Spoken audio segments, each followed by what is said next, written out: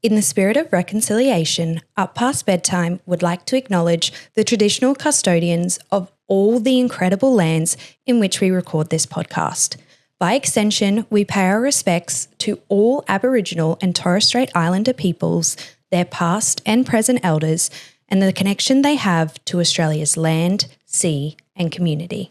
This season of Up Past Bedtime is proudly sponsored by New Harvest, a female-founded supplements brand that's changing the wellness game for everyday women like you and me. Their whole mission, making supplements that feel approachable, supportive, and tailored to our bodies. And speaking of bedtime, let's talk about New Harvest Moon Milk. It's a delicious, warming, hot chocolate-like drink designed to help you not stay up past bedtime. It's packed with magnesium and adaptogens to help you relax, unwind, and get a better night's sleep. My personal favorite flavor is their choc malt. Holy, does it taste good, but unfortunately, it also sells out very fast. I've made New Harvest Moon Milk part of my daily nighttime routine for years now, and it's honestly become my go-to for winding down, especially during single mum life on those nights when my brain won't shut up. If you want to try it for yourself, and I highly recommend you do, head to www.nakedharvestsupplements.com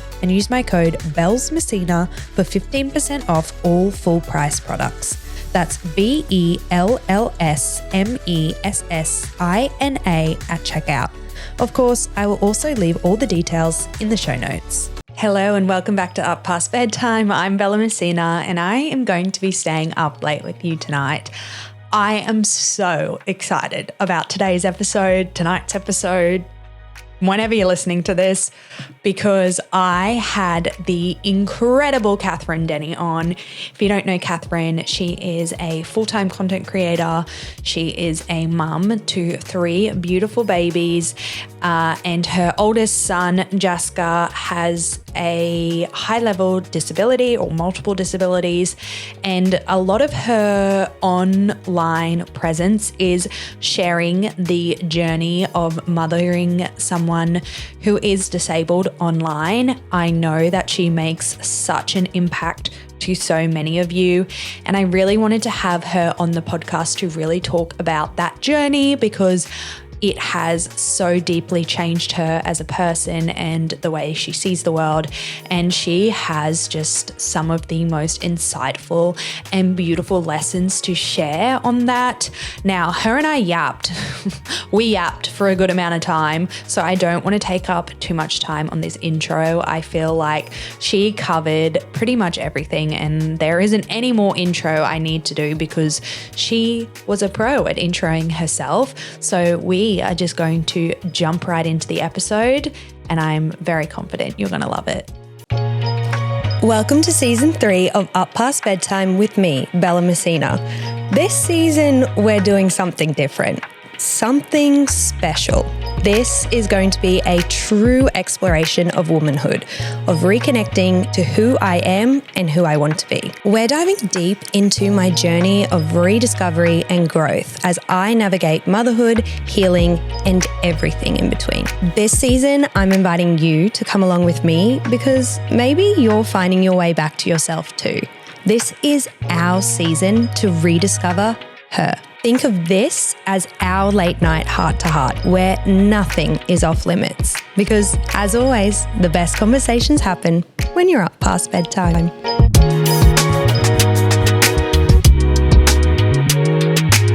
Hello, doll, and welcome to Up Past Bedtime. I'm so excited. I'm excited to have you. I feel like we have been back and forth for a little bit to get you on. And then I messaged you the other day and I was like, hey, we only have 3 episodes left, doll. So like, if you want to get on the season, let's do it. And I'm so happy to be here and to have made it happen. My first podcast. Really? Yeah. Oh. I've had a few people reach out before, but I've just never followed through with it. Oh, well, here we go. I feel like I'm very cash to record with. Yeah. So I feel like for a first podcast, low pressure. Yeah. Yeah, no. I really... Yeah, happy to be here.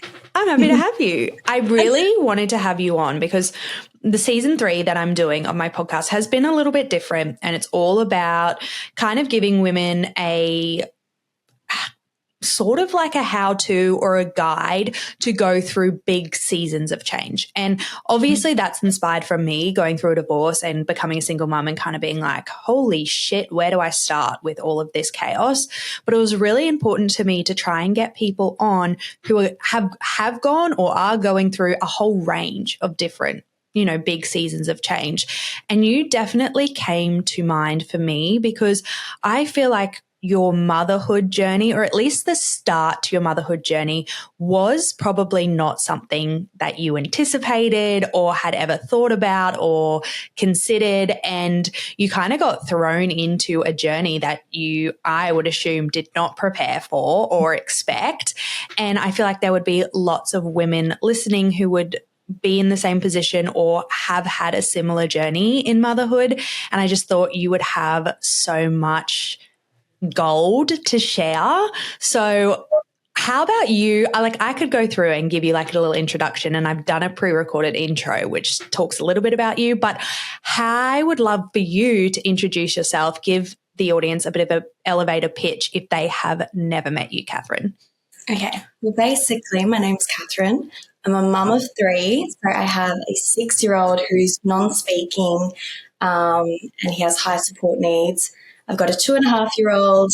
I've got a 7-month-old baby, and I have a very hands-on and supportive partner as well, which I feel like is super important when it comes to like looking at my experience in motherhood, obviously, because it would be very different if I didn't have such a hands-on partner, and I really take my hats off to single parents.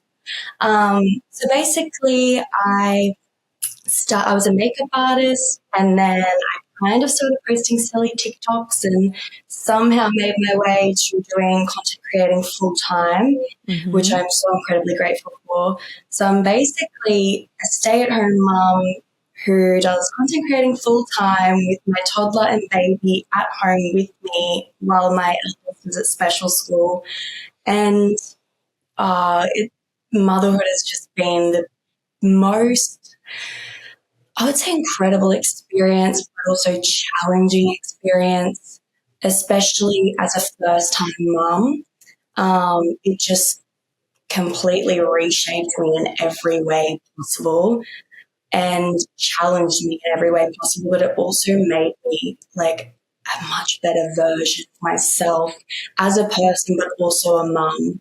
I like truly believe that each one of my babies has been like handpicked for me. I 100% believe that Jaska was just destined to be my firstborn. And I'm so grateful that he was my firstborn because he completely shaped me as a mum. The version I kind of imagined myself to be just was like, who even is that person? It's honestly bizarre when I look back at photos of me with Jaska as like a little baby, and I just look at that girl and I'm like, you have no idea what you're in for. Yeah.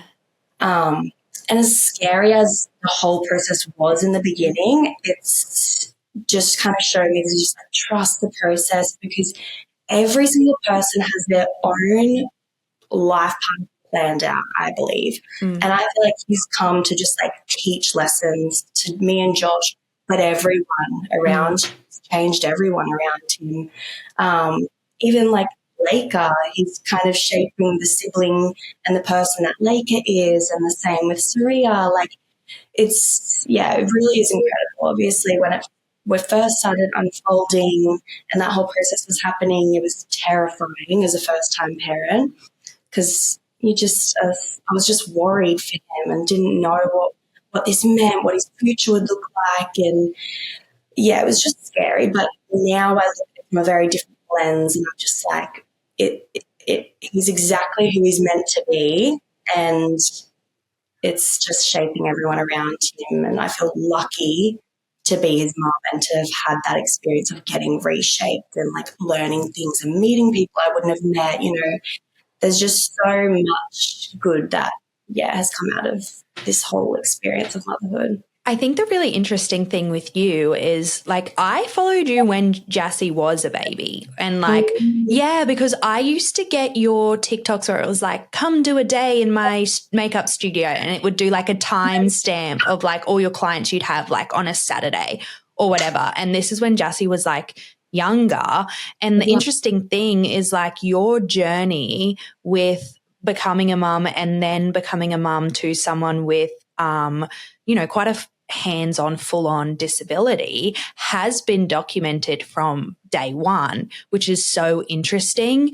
And while I want this episode to really be about you and your journey with motherhood, I also want to really acknowledge that that journey is so deeply intertwined with Jaska and his journey with discovering more about who he is and the things that make him the person that he is. So I think a really interesting thing to start with would be, what did you think of when you started your motherhood journey, or like when you decided to get pregnant? Did you have like an image of like, this is what it's going to be like and this is what my life is going to be like?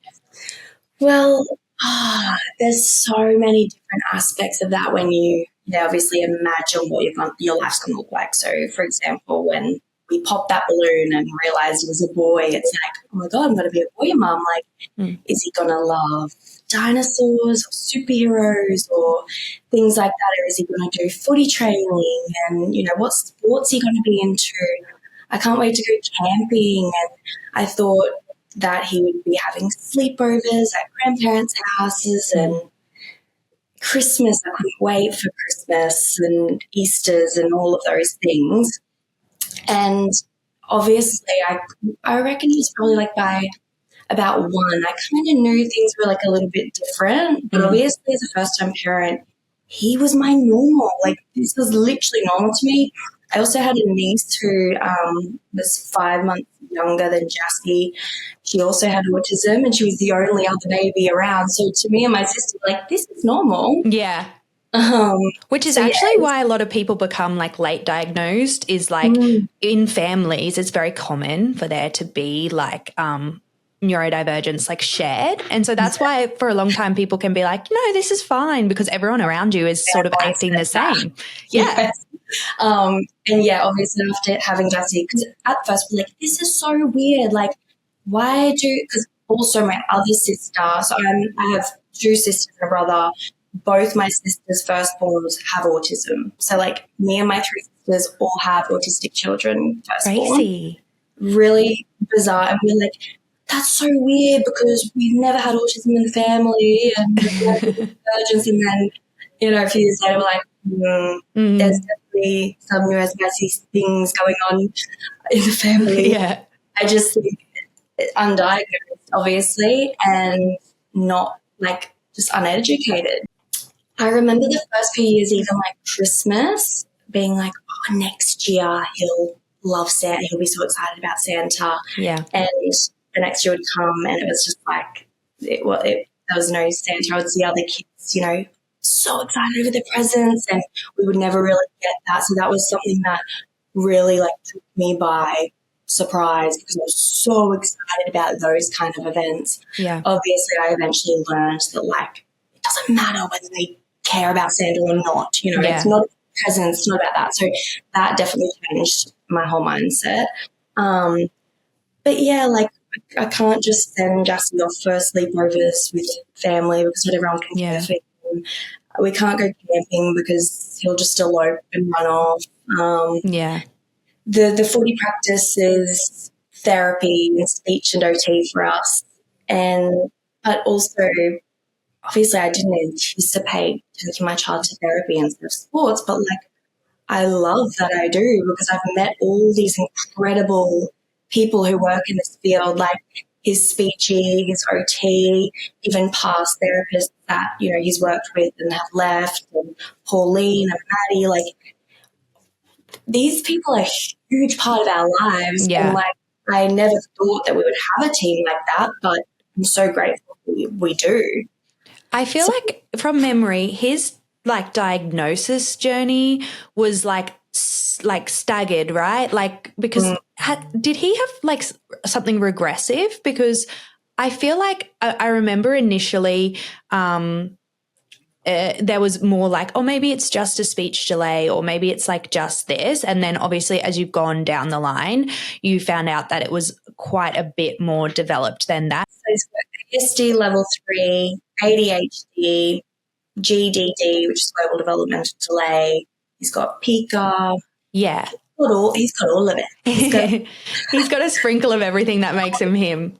So he is very hands-on. Like when you were talking before about Pauline and Maddie, they are your support workers that are pretty much with you guys most days. Is that correct? Last year, yeah, when Jassy, we obviously went through that whole daycare nightmare. I feel like that was like, if people are listening to this episode, a lot of people would have followed you from that process, because that kind of like went viral online. For a backstory of listeners, Kathryn went through quite a lot of difficulties with special needs daycare that she had sent her son to, and she was quite frustrated, and she did a video kind of explaining her frustrations. You were quite emotional in the video, and it kind of just exploded online, because I think most mums just, all our hearts just like broke for you, because every mum knows that feeling of being like, I want the best for my child. And when you're not getting it, especially when someone else is preventing you from getting it, it is so frustrating and it makes you so angry. And so I think that's why everyone was just like, oh, babe, like 100% know why you're crying. And I just want to come and give you like the biggest cuddle and say like, oh, you're doing the best that you can do. Yeah. I think I was definitely going through, like, experiencing burnout at that period. So it was kind of like my Britney Spears moment where I was just like, no, like I was just like, at my wit's end. But the biggest thing and why it hurt so bad is because obviously when you've got all of these people who are part of your child's early intervention, journey, especially as a special needs daycare, who is majority of his, like 5 days a week he was going there. They're a huge part of his life and his journey. And they were meant to be on our team, and it felt like the one time I needed support from them, they kind of turned their back on us. And like the way she spoke to me obviously on the phone call was awful. And like, oh God, I wish I'd recorded that so bad. But that was just like the biggest kick in the guts. I was just like, they clearly don't care about Jaska, they don't care about our family, and And it was because their whole website was built on supporting families, and we understand how, parents are going through burnout and to then the one time I needed support, it was just like but there was also a lot of other things that were happening at the daycare that I felt like I was very understanding with, and always kind of giving benefit of the doubt. And I feel like I'm a very chilled person when it comes to things like that. Like, it takes a lot for me to kind of get worked up, but when I do, I'm like, oh hell no, like you push me too far, I was love you. That was me having my Britney Spears moment. I don't think people realize, like, so my ex-husband and I, we actually have businesses in the NDIS, like system, and carers burnout is a huge thing. Like, it's a genuinely recognized thing in the NDIS. There is funding that is specifically set aside to help prevent carers burnout, because it's very common, especially mothers of people who have high level disabilities, to get very burnt out, because they take on a lot of the mental load, they take on a lot of the stress, and it's very, very hard for them to step back and have any type of break. So it's really normal to have that experience, and I've seen it literally with hundreds of mums, and like not just like young mums. Like, we've had clients that their mum's like 80 and the client's like 40, 50, and the mum's still like, I'm so burnt out, I don't get a break. And that's the point of NDIS, right? And that's the point of services, like, is to come in and give you a break. So it is frustrating when people miss the mark and lower that expectation for you. Obviously, you were saying like there were a lot of things going on in the background as well. Because you had such a staggered journey with discovering the needs of Jassy, what emotionally is kind of going through your head as you're like going through this experience? Like, I'm assuming there's a lot of confusion, a bit of shock, a bit of like, guilt, or like, not saying that it's valid, but a bit of guilt, maybe a bit of internalized shame, like all of those things. Did you start going through those sort of processes? Yeah, so at first, I remember I followed a girl who had her baby literally a day before Jaska or something, so I was like always watching her content very closely. And I remember when she posted her baby at like 7 or 8 months or something saying mum, and I was like, oh my gosh, like any day now Jaska will be saying mum then. That's so exciting. And then I think at like 10 months she posted a video of her baby like dancing, and I was just like, that's so crazy. Like, I just couldn't imagine Jessie dancing like that. Like, and then by 1, he still wasn't speaking. And I'm like, this is a bit weird, and I would bring it up to the people around me, and I would always be told like, oh, don't worry, I know someone and their child didn't start talking until they were 4. Boys are late talkers. Yeah. This and that. Like, I honestly hate when people push that narrative. I just think if someone's coming to you with concerns around a speech delay or any developmental delay, my first advice is like, book in for a GP, go get a referral for a pediatrician, just get on the wait list. They're long, like, better safe than sorry. Same with the speechy, just get them on the wait list. Like, there's no harm in doing that. Like, you saying, oh, don't worry about it, they'll talk when they're ready, is just so, like, it delaying. Just obviously, it delays, the early intervention for sure, and it also diminishes, like, your thoughts and feelings around it as a first-time parent, because you're kind of trusting, like, people around you who've had babies before, their opinion. If they're telling me this is normal and I'm the first-time mum and this is my normal, I'm like, okay, well, it must be normal. So that kind of got pushed off. And then when my niece was 2, she got diagnosed, and her and Jaska, chalk and cheese, complete opposite.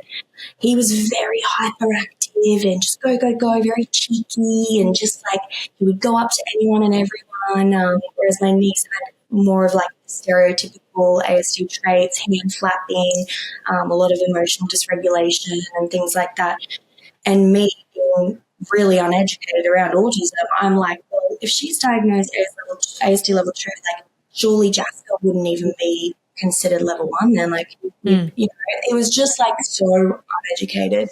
And when we did take him to the pediatrician, the ped, it baffles me when I look back at this, that he was just like, ADHD, speech delay. Like, if anyone said he had autism, I'd tell them they're crazy.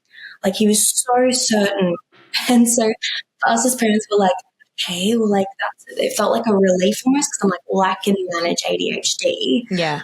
Well, I guess ADHD, there's medication for it. So yes, so it kind of seemed like that was, and also I just felt like I knew so many more people with ADHD. Yeah.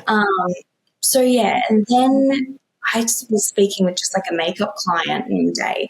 I feel like a lot of the interventions and the paths I took for Jassy were literally from word of mouth, speaking with other people. It was not like medical professionals, which is really like upsetting when you think about it. I feel like parents in this boat are kind of just expected to know everything. Yeah. Like, expected to know like how to go and get funding for your child, or where to book them in for speech and just like all these things, or early intervention daycare settings. Like, I didn't even know that was a thing until talking with other parents. Yeah. But I had this makeup client, and she's like, your child sounds so similar to mine. Book them in for an ADOS test. And so I did that. And that psychologist was like, ASD level 3, provisional diagnosis for an intellectual impairment. And I was like heavily pregnant with Lakey at this time, and it just felt like I was hit by a freight train, because I was just like, I was mentally prepared for ASD, because by this point I had seen my niece be diagnosed with it. I had seen her make incredible progress, with her development from therapies. And so I'm like, I can, like, that's fine. Like, ASD is fine. I'm familiar with it now. Like, we'll just get him in therapy and it'll all be good. But the intellectual impairment and that, like, just hit me, because I'm like, what does that mean? Like, what does that mean? I was just terrified, and also scared because I'm pregnant as well. I'm like, what does that mean for this baby?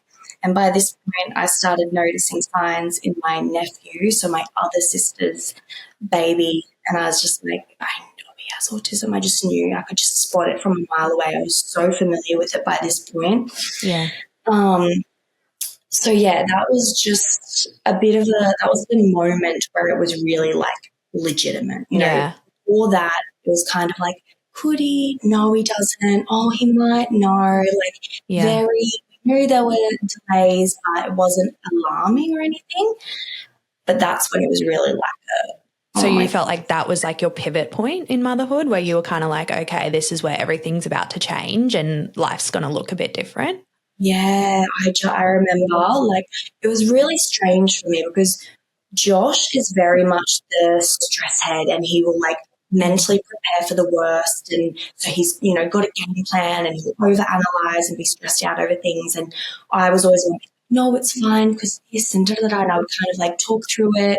When we got that diagnosis, I don't know if it's because I was pregnant and obviously your emotions are just, like, amplified. I felt like that was just the worst timing to go through that being pregnant. But when I got the diagnosis, I like held it in when I was like, sitting there with the psychologist. The second I got in the car, I was just a mess, like inconsolable. And I just couldn't even look. It makes me want to cry just thinking about it, but I couldn't even look at Jassy without crying. I just felt so bad for him. Yeah. And then I got to the point where I'm like, why do I feel bad for him when he's so happy? Yeah.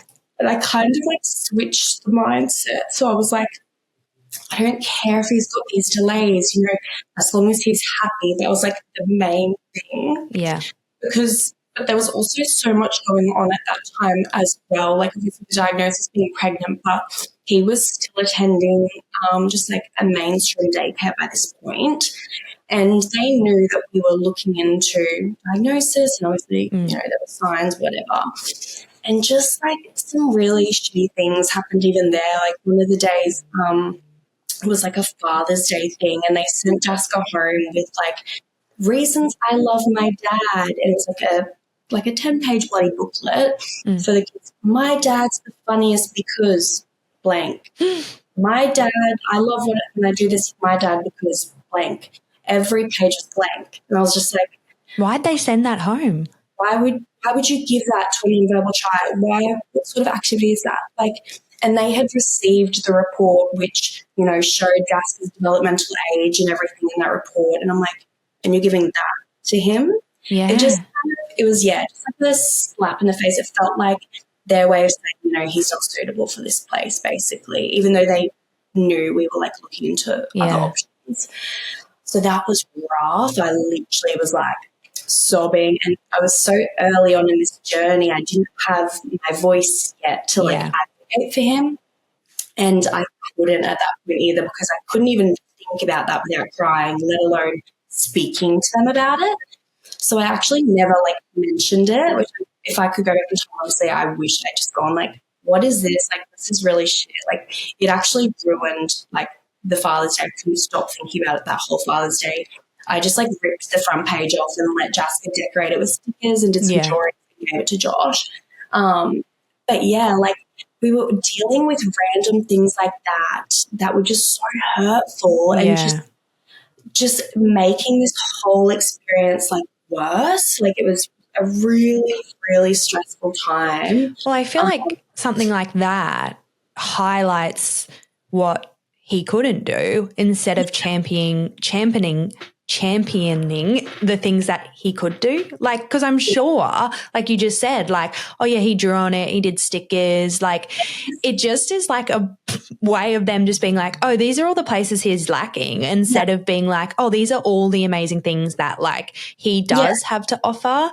And I always say this on paper, give us something like, it really felt like, oh, here's your reminder that like your kid can't say I love you on Father's Day. Like it was really tasteless. I was just like, it was not good. But sometimes I feel like that can come, like you said before, if you don't understand how neurodivergence works, you don't understand how some of the things you say and do can be really hurtful. And while I am late diagnosed, so I have both ASD and ADHD just like Jassy. I'm only a level 1 though in my autism, but I grew up with a sibling who was neurodiverse, nonverbal till they were 4. So like I did have quite a look in, I guess, of the process of like, you know, I had this sibling, you know, went to speech therapy like twice a week, every week for like 5 years, you know, and always had like teacher aides in his classrooms and, you know, et cetera, et cetera. Like it was quite a full on sort of experience. And I always say to people, when you've been around that, you get a level of empathy that people just can't understand, and you really start to appreciate the beauty that comes from people being different. And I feel like it almost, you gave me a superpower, and then like on my own journey with diagnosis gave me the superpower of understanding that there is so much good that can come from being neurodiverse, and there is so much that you have to offer, even though it's not what's in the mold of what is like normal or traditional. And I feel like, yeah, if people don't have that insight, they haven't been around people who understand how neurodivergence works, they don't get that same like insight into life through that sort of lens, you know? Let's take a quick break to shout out New Harvest, our sponsor this season and the brand I genuinely reach for every day. Their gorgeous greens powder has been a staple in my routine for years now. It's packed with superfoods, probiotics, and veggies, but it actually tastes amazing. My girls love the strawberry flavor in their smoothie, and I'm obsessed with banana lolly to start my morning. It's such an easy win for my gut health, especially on chaotic days where veggies just aren't happening. New Harvest is female founded and all about creating wellness products that support real women with real lives, which is exactly why I love them and have worked with them for the past 3 years. You can try out NH's full range of supplements for yourself at www.nakedharvestsupplements.com with the discount code BELLSMESSINA. Okay, greens handled, gut happy. Let's get back to chatting. Do you feel like going through this process, like obviously it's not what you imagined for motherhood, but do you feel like it's shaped like your definition of like being a good mum? Yeah, well, I mean, I feel like being a good mum is different to everyone. But to me, it kind of is just all about embracing like who they are, you know, leaning into the special interests, even if they seem obscure to some. And it's the same, like Jaska obviously shaped me in that way. He made me appreciate every little thing in the moment too, because you touched on it before of how Justin has like quite regressive sort of autism, like he's had multiple regressions. So, you know, I look back at times when he was doing something and I'm like, I wish I'd enjoyed it that little bit more, because you kind of just assumed, oh, he's got the skill now, it's just going to stay. But he's made me realize obviously you can gain a skill and then lose it again. So I just really like soak up the moment always, and it can be things from just like eye contact being increased and you're like, oh my god, he's like, there's so much eye contact today, or he's super giggly and you're like, oh my god, he's super giggly today, I'm like loving these giggles. And he just literally makes you appreciate every little thing so much more. If he points, it's like, oh my god, he pointed, like. So then with Lakey, it was actually tricky when I had Lakey, because I was watching him hit developmental milestones that Jesse hadn't yet. And that was like, it was like a tug of war of emotions, because I was so happy for him, but also I felt guilty celebrating it. So I think Lakey kind of taught me to just like really accept and embrace the different journeys. Like it is what it is. Like, you know, yes, Lakey was going to hit these developmental milestones that Jassy hadn't hit yet, but like that didn't mean I wasn't able to cheer him on for those hitting them milestones and enjoy that. And, you know, I just really struggled with that in the beginning, and I felt so guilty. Like when Lakey said mum for the first time, I felt guilty for celebrating it because Jassy hadn't yet. Whereas now I've got to a place where I'm so at peace with like where they are, and like this is just the journey. I love, it's literally like two different versions of parenthood, and I love that I get to experience both.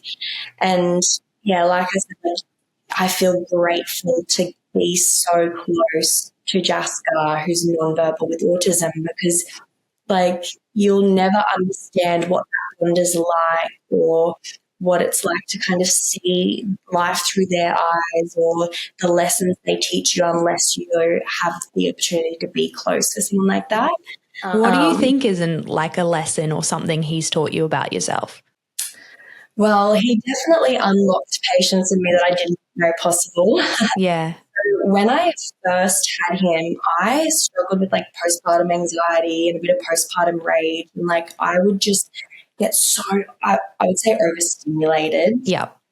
And overwhelmed, not even necessarily over Jaska, but like if the dogs were like barking when you're trying to get the baby, like I would just get like so frustrated. And then obviously as the challenges started coming when he was a toddler and all the different things, like some of the things I've literally had to experience is diabolical. And I think only parents or caregivers to a child with ASD level 3, I say level 3 in particular because my niece is level 2 and the realities are very universal.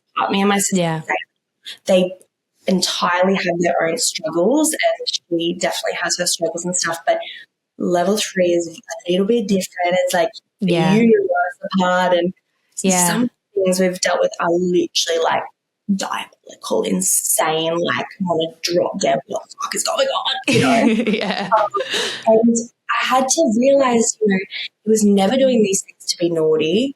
And like, if I'm struggling, he's struggling, like I had to just rewire my thoughts to understand that like, he's not being naughty. Like this is who he is. Can't help it, like, and I literally just had to like suck it up. And that's why I don't get frustrated if the bloody milk formula powder's been tipped over to the bed and, like it is what it is. Yeah. Like, life can be a shit show and I just have to deal with it. I'm so unbothered by like mess now because if I went through a stage where I'd be trying to keep the house clean, and get messed up by like a simple snack and like it would drive me go and I'm like, oh my God, like how am I meant to keep the house? Blah, blah, blah. And I realized like, who cares if the house is a mess? Like it's not worth my sanity or like getting angry at my child who can't help that he's making the mess, like it just taught me that like those things don't matter. And like the amount of like personal belongings that have been damaged or chewed on, broken. And I obviously in the beginning that was hard. I did like, oh, I can't have anything nice. And whereas now I'm just like, oh, it is what it is. Like it could be something I've just bought and then it gets broken. I'm like, oh well. Like it shaped me to realize like what's important and what's worth getting angry over and what's not worth getting angry over. And I had to like retrain my brain to not get upset or let things bother me that usually would obviously send a normal person crazy. But being able to surrender though is such a strength. And I have like, that is something that I have had to kind of realize on my journey of like a huge life change is unfortunately when you have ASD, surrendering is really hard, right? Like we are naturally programmed to want to restrict and control and really like micromanage every single element of our life. And so learning to surrender is actually something that I really, really struggle with. And I always say to people when I've discussed you with like people that I know, like I brought you up with my partner and I was like, oh, I'm having this mum on the podcast. And I sort of, told the story of you and Jessie. And then I was kind of like, Kathryn has like this grace about her when she's going through like what she goes through. Like she has this really positive energy and has this real grace with, understanding that her life has so much beauty, even though it's not the path that she thought it was going to take. And, I would probably say that a lot of that comes down to your ability to just surrender and be like, well, I'm going to enjoy what I do have, then sit and mourn the things that maybe I don't have. And I think that is like a really beautiful thing and something I've talked about a lot over this season to anyone that's going through a really hard time, that sometimes just accepting that your life looks a bit different and things are not the way that, you know, you thought it was going to be, but that doesn't mean that it's bad or it's not like fulfilling or it's not got like amazing elements to it, is such a powerful skill to learn. So I feel like that's really like profound, that the person who really changed the projection of your life is the person who taught you that skill to enjoy change. I don't know. Like, I think that's such a cool thing. I think too, I like dived into manifestation and mindset and like all that stuff. I would say in about, it was 2020. So yeah, Jaska was like a couple years old by that point, and that is what really helped me with like retraining my brain and, you know, being super grateful for the things I had and getting that mindset around things. And yeah, obviously the diagnosis journey, once I got into that mindset of realizing that, you know, the things he can't do are so irrelevant as long as he's got his happiness, that was all that was important. And like, that's the same with all my kids. As long as they're happy, that's literally all I care about. So when we went through that rough patch end of last year, that was tough because he didn't have his happiness anymore. And I'm like, that's the one thing. But even then I was very much in the mindset of like, this will pass, because even the challenging times always pass. Any of like the struggles we go through with his behaviors and things, it's always like it'll kind of come up and then it goes away and then something else comes up. And I just have like learned to just enjoy the ride. Like, it is what it is. Like, things are going to pop up and throw you off course, and you just got to like, it's your journey. It's just like, to go through. Everyone's going through challenges. I think it's really interesting to learn that, like, and I feel like until you've gone, like, obviously you and I have gone through different hard times, right? In two completely different spaces, two completely different experiences. But sometimes when you go through just like the roughest of rough times and you're just sitting there like, fuck me, I'm going through it. Like, I am getting absolutely KO'd by the universe right now. It really does teach you that happiness, and the only person that holds the power for you to be happy is yourself. Like, and it kind of teaches you that, like, even in the shittest of shit times, like, you do have the like capacity to find things to feel joyful about and like to make your day worth it. And I think that is like sometimes the coolest bit about going through a really like shitty time. Like, and I always say that to people, like, I don't know, you probably get it too. Like, you know, you get people in your DMs that are like, oh my God, like my life is in tatters and like I've hit rock bottom and I don't know, blah, blah, blah. And I am almost like, fuck, I'm so sorry that you're going through that. And like, I know that's so freaking hard.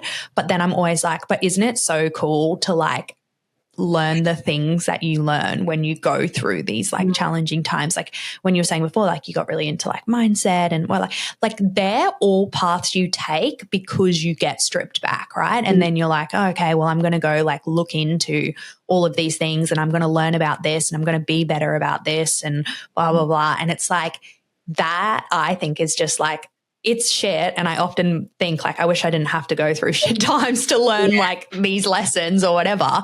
But those lessons are so, I don't know, powerful, I think. And I always say to people, it's just part of your experience and your journey. Like, you have to go through shit times. It just is what it is. Like, I think if you just kind of get into that mindset of like, it's temporary, like you'll get past it. You always get past it. You'll always come back and like, you know, feel like you're back on your feet again. Like you will get past it, even though it's shit in the moment. It will get better. I feel like if there's parents who are listening to this that are in the thick of the challenging behaviours and things like that that we went through, they would be just thinking like, mate, hurry up, I want to get out of this. Tell me what it's ending.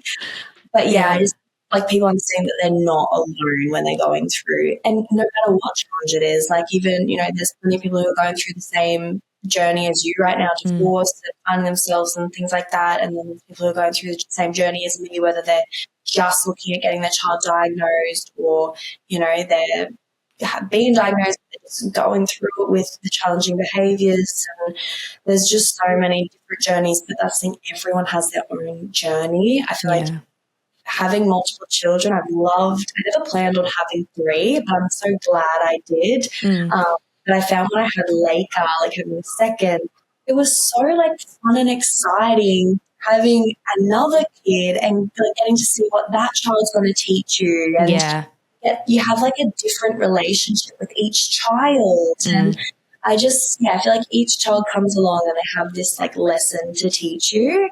And every mum is going to go through these different lessons. Everyone's is different. Everyone's struggles are valid, whether it seems like that person's struggling more or not. Like, your feelings are valid no matter what you're going through. And it's a cool part of the experience. Well, I am really interested because you obviously have like quite a hands-on mothering role. Like, that is just the reality of it. How do you find like space for you?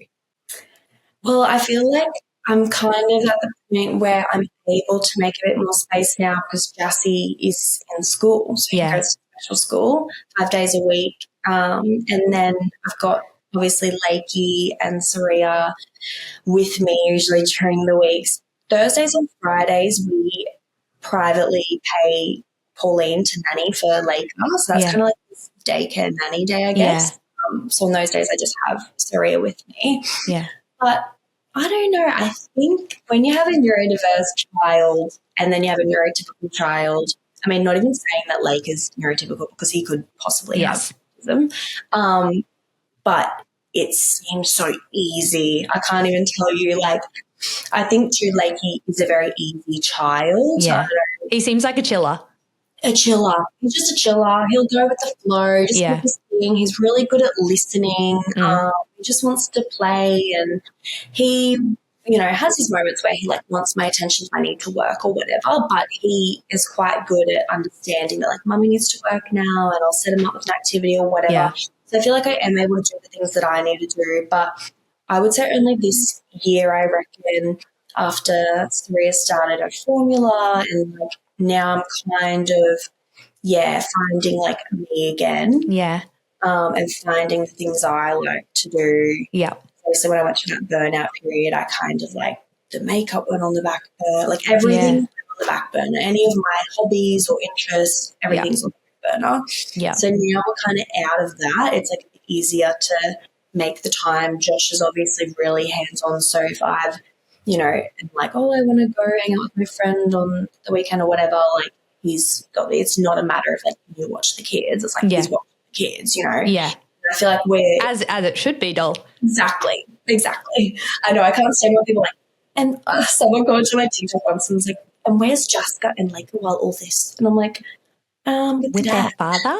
I got that all the time when I was married because like I've said this on the podcast so many times, like my ex-husband is like a super amazing dad, very competent, very hands-on, like really great with the kids. Never had a problem with like ever. Even when we separated, we did 50-50. And people were like, oh, weren't you scared to do 50-50? I was like, no, like he is so capable to do 50-50. There is not a single concern about my children when they're in his care. Like he's a great dad.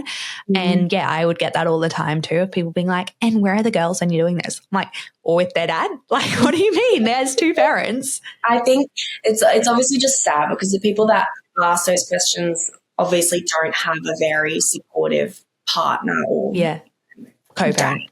So, I do feel for those people because it would be hard to not have a partner who is hands-on and, you know, prepared to parent equally. Like it should be.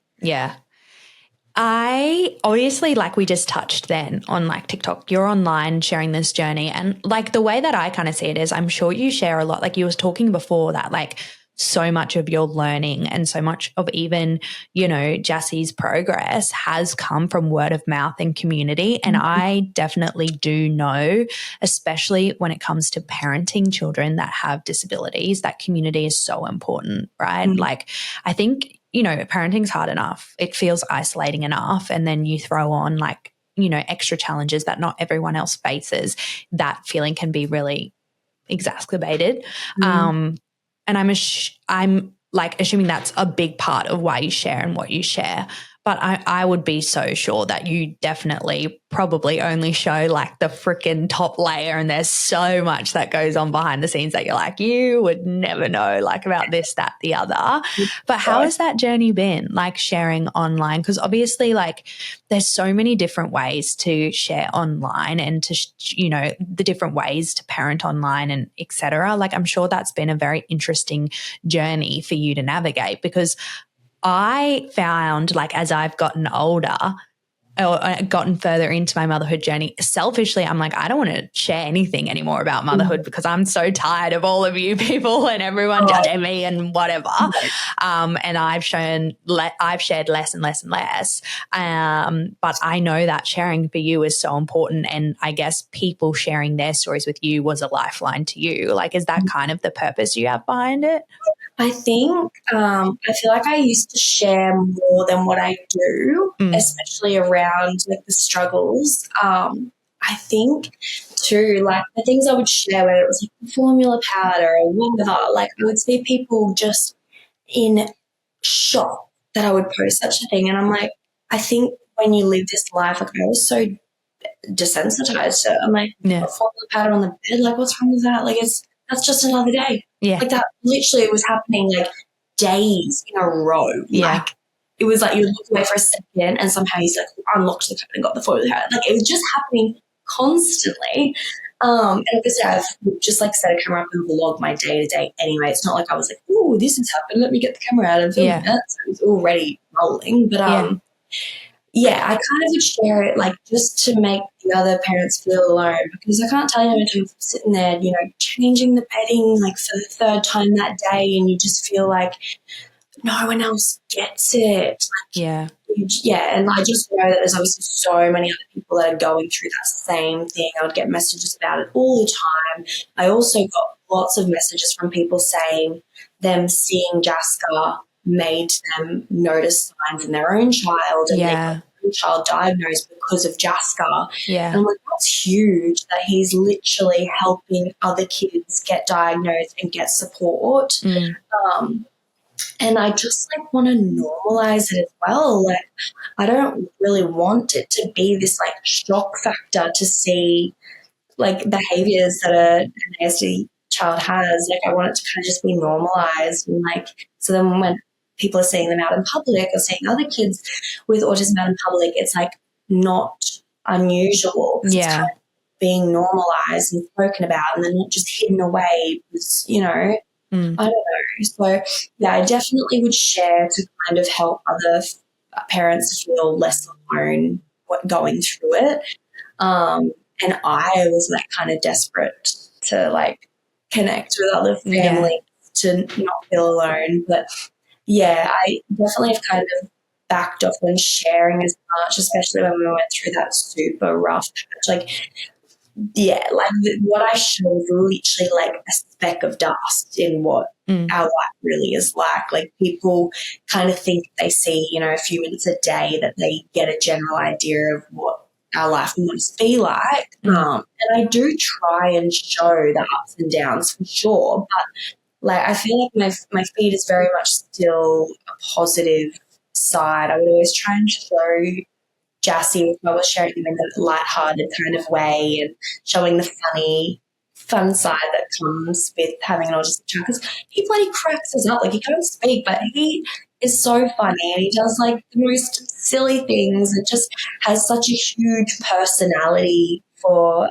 a child that can't even speak, like there's so much fun that comes from it as well as the struggles, obviously. But I don't know.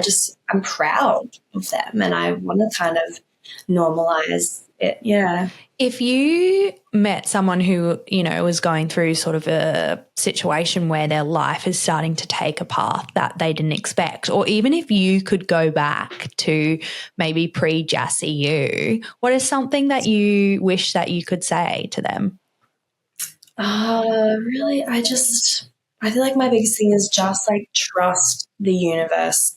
It's like it's all happening for you. It's not against you. Like it's part of your path. Just embrace it, even the challenges. Like, you will be okay. It is not the end, or, you know, like, there's so much beauty ahead of you that you don't even realize yet. Just like trusting that it's happening exactly how it's meant to be, because it is. Yeah. And sometimes hearing that from someone who's gone through what you've gone through means everything, because you can hear someone say that to you. Like, I don't know, you see an influencer online who's like got this like from what you see, like this picture perfect life, and they're like, trust the process, trust the universe. And you're sitting there and you're like, well, fuck off. Like, you don't actually know like anything about like the struggles I've gone through. No. But I guess when you hear it come from someone who does understand, and they're like, you know, just enjoy it and trust that it's going to work out to be okay, I feel like can just be so comforting. And I hope that anyone who is listening to this and has had a similar journey to you, or has, sort of gone through the experiences that you have, feels that way. Obviously, we touched on that you are on social media. I'm sure a lot of our listeners would have come across you online, but if they haven't, where could they find you? Just at Kathryn Denny is like my handles for pretty much everything. So TikTok, Instagram, YouTube every now and then. Oh, I didn't know you did YouTube, doll. I mean, I'll like film a vlog and then literally have like a mental breakdown trying to edit it. Because it's so long form. And then I'll upload it and then I won't post again for like a month. But that's just the story of my life. I'm trying to be a little bit more consistent. Well, people don't understand when you're managing multiple platforms, it's so hard. Like, I'm like that a bit with Instagram. Like, I put so much content into my TikTok, and then I'll go and look at my Instagram and be like, fuck, I haven't posted a reel in like 10 days or something. I'm like, oh shit, post something. I know. Yeah. I'll get really productive and like post heaps of content, and then I'll just like burn out and be like, I can't be bothered. Or if like, something pops up in our home life that's like a challenge, I'll usually like go quiet. I think that's the hard thing too when you're a content creator. If you're like going through struggles at home, it's hard because, you know, it's like, oh, you've got a brand deal that you got to film, and you're just like, I'm not in the mood to film. Yeah. Like, so, it can be hard because sometimes you're just not in the mood, but you got to like suck it up. Yeah.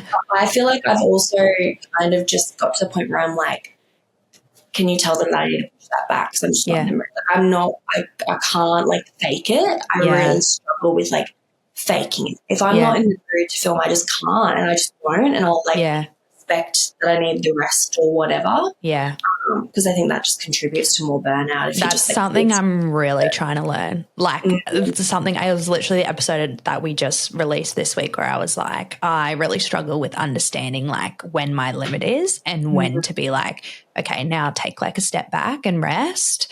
And that is something I'm like trying to get better at, because I am so good at emotional suppression that I will just be like, no, it's fine. I'll push. And then I just get to a point where I'm like, holy fuck, like I don't know how I'm up and functioning right now. Like, I am unwell and doing unwell. So people, it is an interesting sort of job to go through, and but a lot of people too don't look at it as a job. They struggle to look at it as a job, which I will say it's a freaking cool job.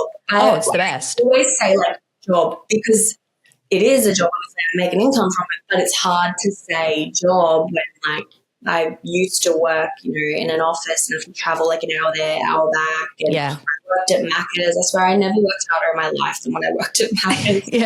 And then I was a makeup artist standing for hours on end. Like, I've had very different jobs. So it feels weird for me to say job when I literally just get to sit at home and just like film videos. But it's a job.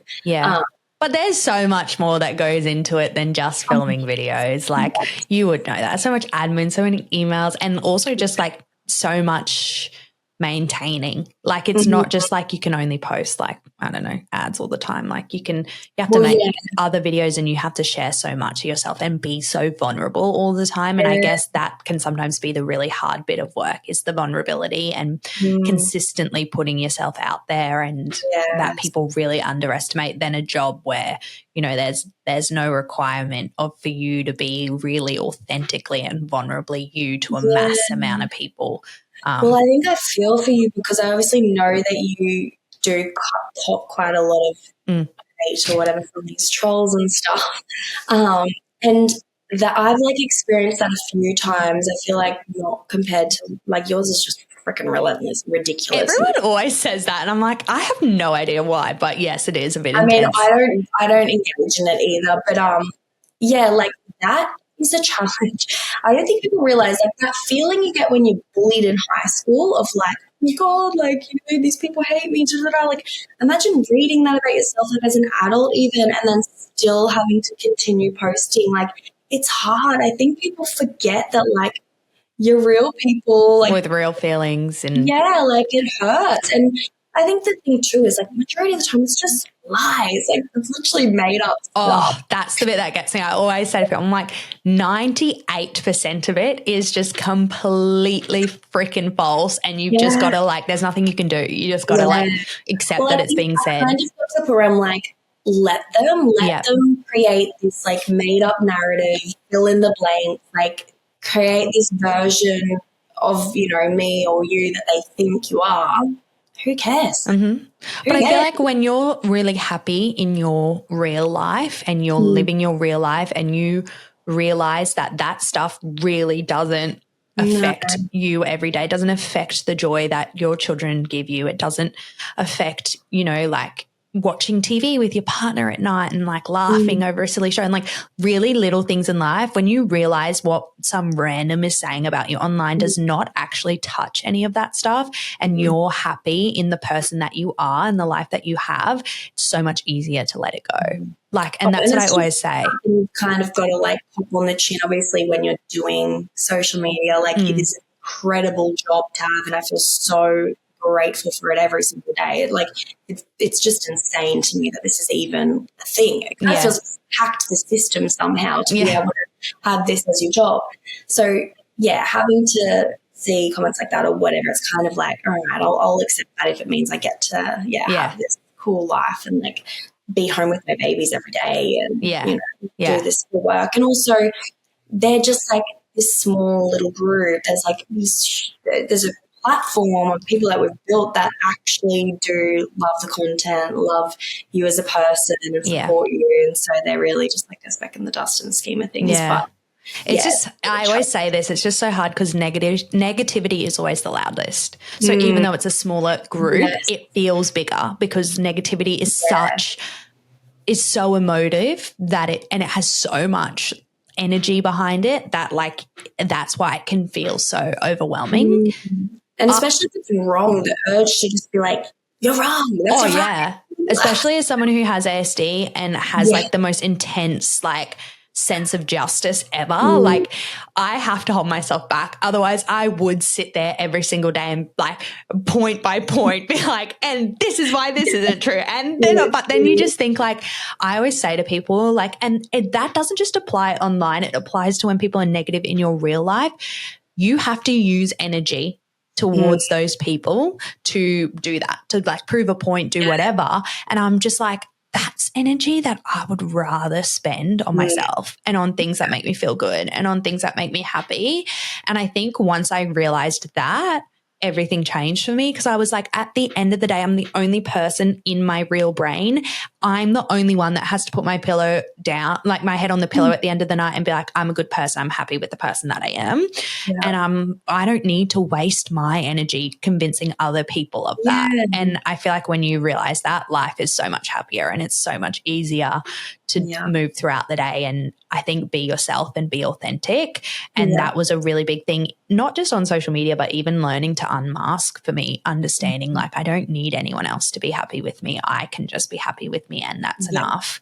And when you realize that's so powerful, it's just like it's so intensely powerful. I have loved chatting with you. Is there anything you feel like I missed that you wanted to like add on or anything you wanted to say or? I don't know. You don't have to. I'm just making sure that if you're like, oh, I really wanted to say this, that you had the chance. I mean, I could just keep yapping. I feel like we could. I looked up before and I was like, oh my God, we've been chatting for an hour now. Like we've really gone into it. But I've really enjoyed it. And I think people listening will get so much from this. And I'm so glad that you got to come on.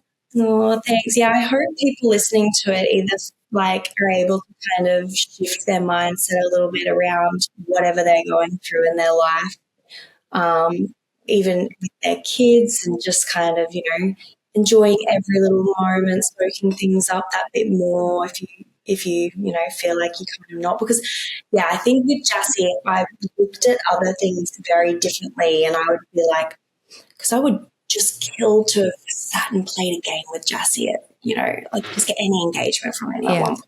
And I'd just look at kids who are playing these games. I'm like, how are their parents not jumping up and down so excited to play with this game? Like, it just kind of made me, appreciate all those things so much more. And I don't know, I just feel very grateful for this life. And I'm of 3, and all 3 of my babies are just like so perfect. I'm excited for you to have baby girl get a bit older and you to experience like the girl mum side of things. When you were saying like both, when you were saying like both the boys are a bit chilly, I was like, oh girl, you're in for it, because girls are sassy. Well, I feel like Jassy is obviously hyperactive. He's actually been quite calm lately. He's been in such a beautiful state. It feels like our Jassy bear is coming back to us, which I love. And he's very hyperactive, go, but he's also such a gentle soul. Like, he wouldn't hurt a fly. He's just so kind and sweet. Blake is he's very chill, but also very like bossy, and he's got lots to say. He speaks for Jassy, himself, Saria, everyone. And then Saria seems like she's going to be a bit of a diva. Like, she's kind of already walking, and if she sees my Niger jug, she's in a fit because she wants to drink it, and if I try to take it away, she's walking. Like, she's got a lot to say herself. So I think she's gonna give me a bit of a run for my money. I'll have 2 chillers, and then it's just like crazy girl. But it's fun. Being a girl mum's the best. I can't comment on boy mum life, but I'm like, being a girl mum's awesome. I love that I get to experience both. It's so fun. Yeah. Okay, thank you so much, Doll, for coming on. I have so enjoyed our chat, and hopefully we can have another one soon. Did I not say that that was such an impactful conversation? I enjoyed talking with Kathryn so freaking much. Like, I cannot even explain to you. Her and I have been internet friends for quite a while now, and she is such a beautiful presence and such a beautiful soul. And I just think she is so graceful and just has so much incredible wisdom to share. And I hope you all got from that chat as much as I did. I am literally sitting here thinking about a lot of the things that she said, and I cannot wait to kind of implement them into my own life in the own way that I mother, and really see the impact of changing my thought processes can have. And on that note, I'm going to love ya and I'm going to leave ya. I'll see you all next week. Sweet dreams.